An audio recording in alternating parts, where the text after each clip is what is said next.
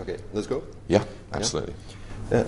Are you the kind of guy that enjoys doing balances? I mean, you weren't that sure, I've read, about doing an album before actually doing it. So now it's done, you've been performing live. So do you actually do balances? Do you think about what you've done recently? I enjoy change. I do like to keep moving, and I like change. But when I'm doing it, I don't think about anything else. So I don't feel like I'm, every day I'm balancing different things. I feel when I'm doing it, I feel like, I am part of the band. I'm trying to tell the story of these songs as well as I can do it, and I'm completely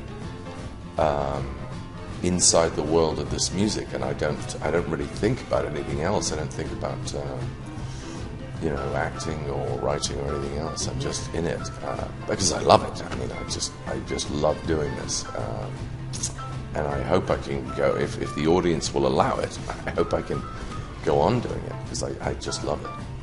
I'm used to talk to bands and singers, and usually they already know what they are going to be doing for the next 2 or 3 years. Do you?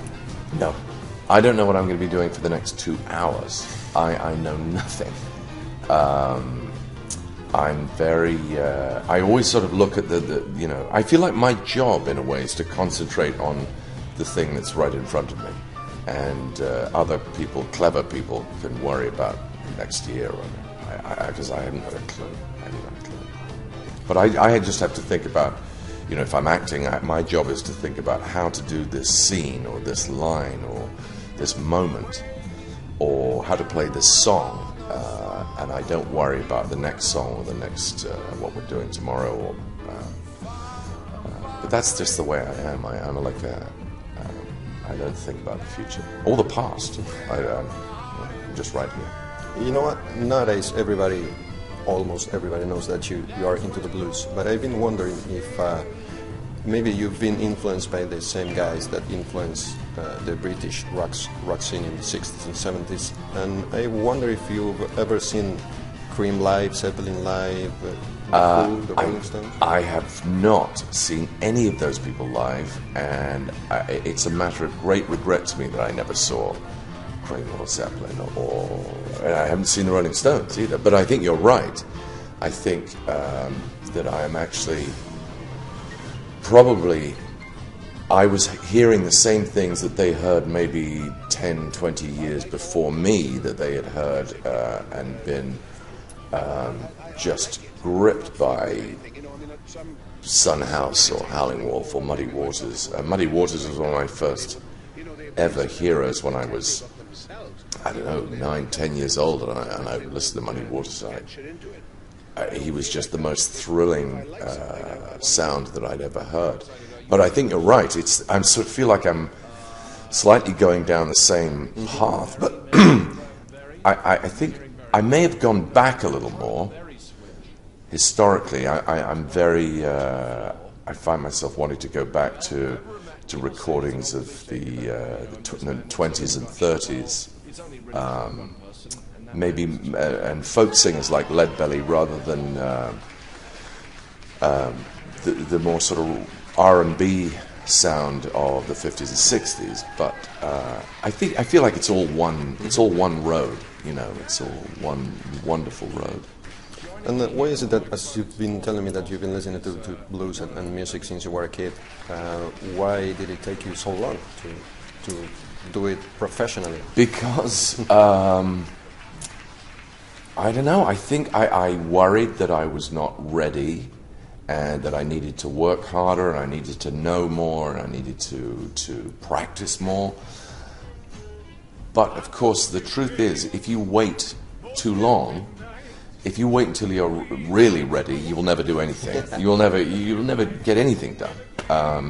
And eventually, a man came to me and said, "Look, do you want to do a record?" And I said, "Wait, yes, I do."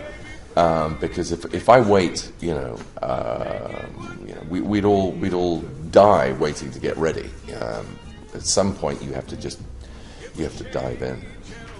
You know what? I don't know everything about the character Dr. House, but I've been wondering if the music side of Dr. House was something that you thought about, or the writers thought that it was going to be good for you as you were into music.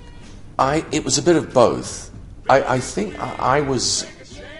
Yes, I did suggest it early on, partly because the character is very loosely based on the character of Sherlock Holmes, the great detective, who used to play the violin, and when his brain is thinking about one thing, the other side of his brain is he would be playing the violin and he'd be working on the problem. And I thought that's an interesting, music is an interesting side of that character, that the mathematical side of it, the scientific side of music. You know, sometimes he would play Bach, which is very mechanical and mathematical, and other times he would play jazz, which is more intuitive and more free form, as it were. His brain will just wander with music.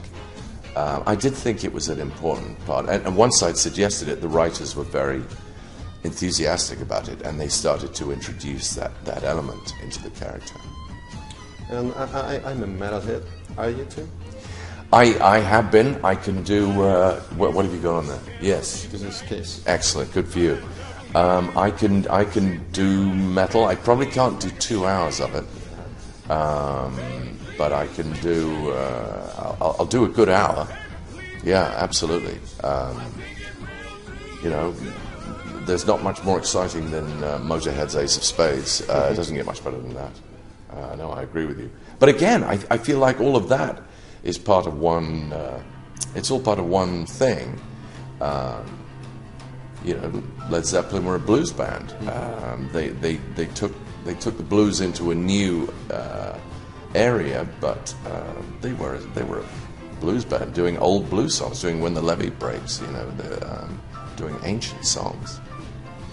The DVD you did in New Orleans, why did you pick New Orleans? I guess that you like the scene and the music side of New Orleans.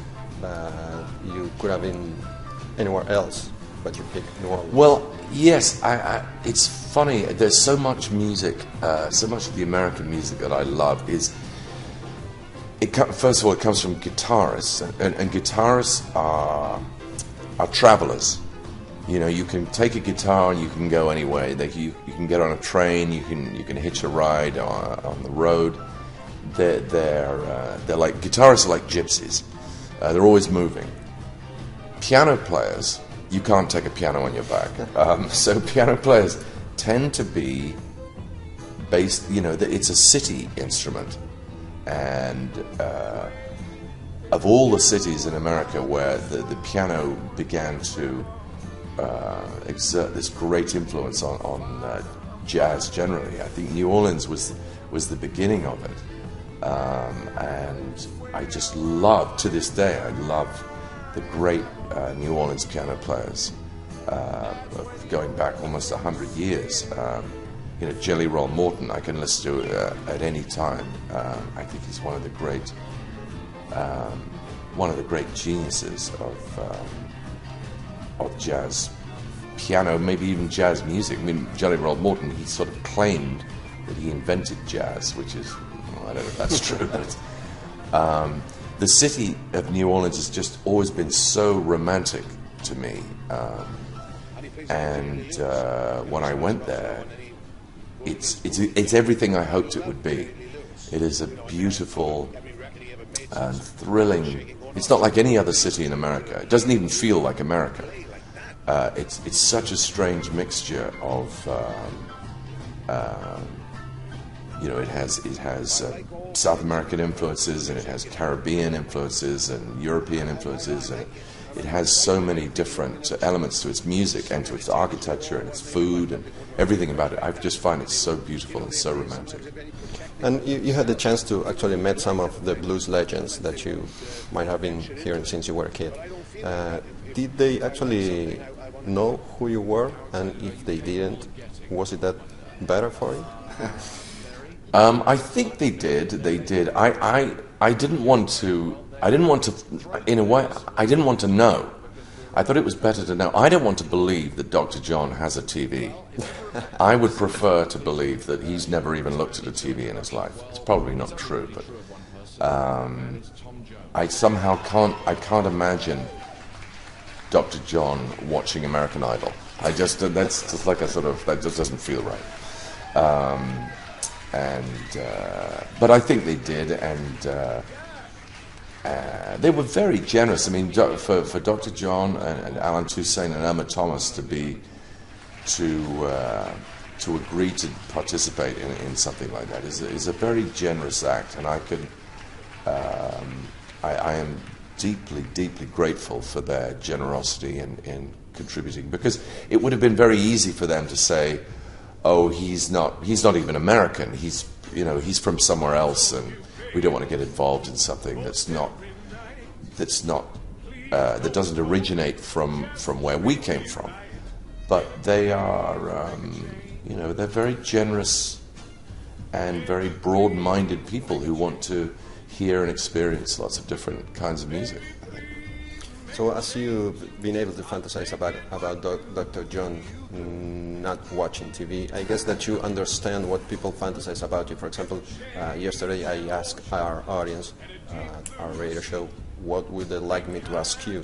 Right. Obviously, no one wanted to know anything about the blues or stuff like that. Oh. So do you actually understand that, and are you able to manage it?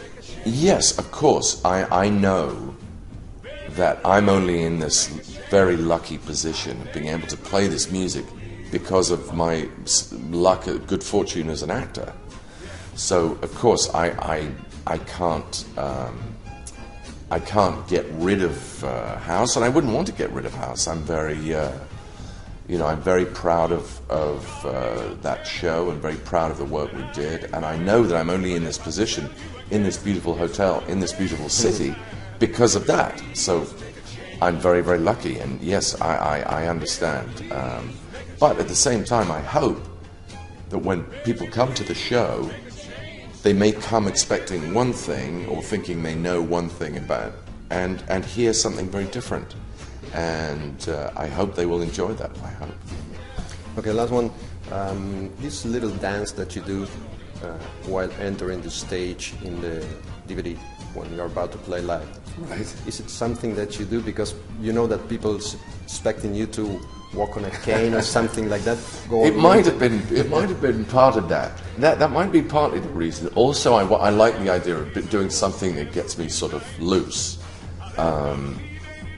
We've actually got a different thing, a different beginning in the show we're doing now, which is a wonderful little Walter song called "Mellow Down Easy," which I wanted to get the audience to have the same sort of loose feeling, so that because otherwise, musicians and the audience, we can start the evening, we're all like this, and then you want everybody to just let it go, and be loose. Okay, man. Thank you very much. Thanks a lot. Hugh Laurie, Vorterix. Thank you.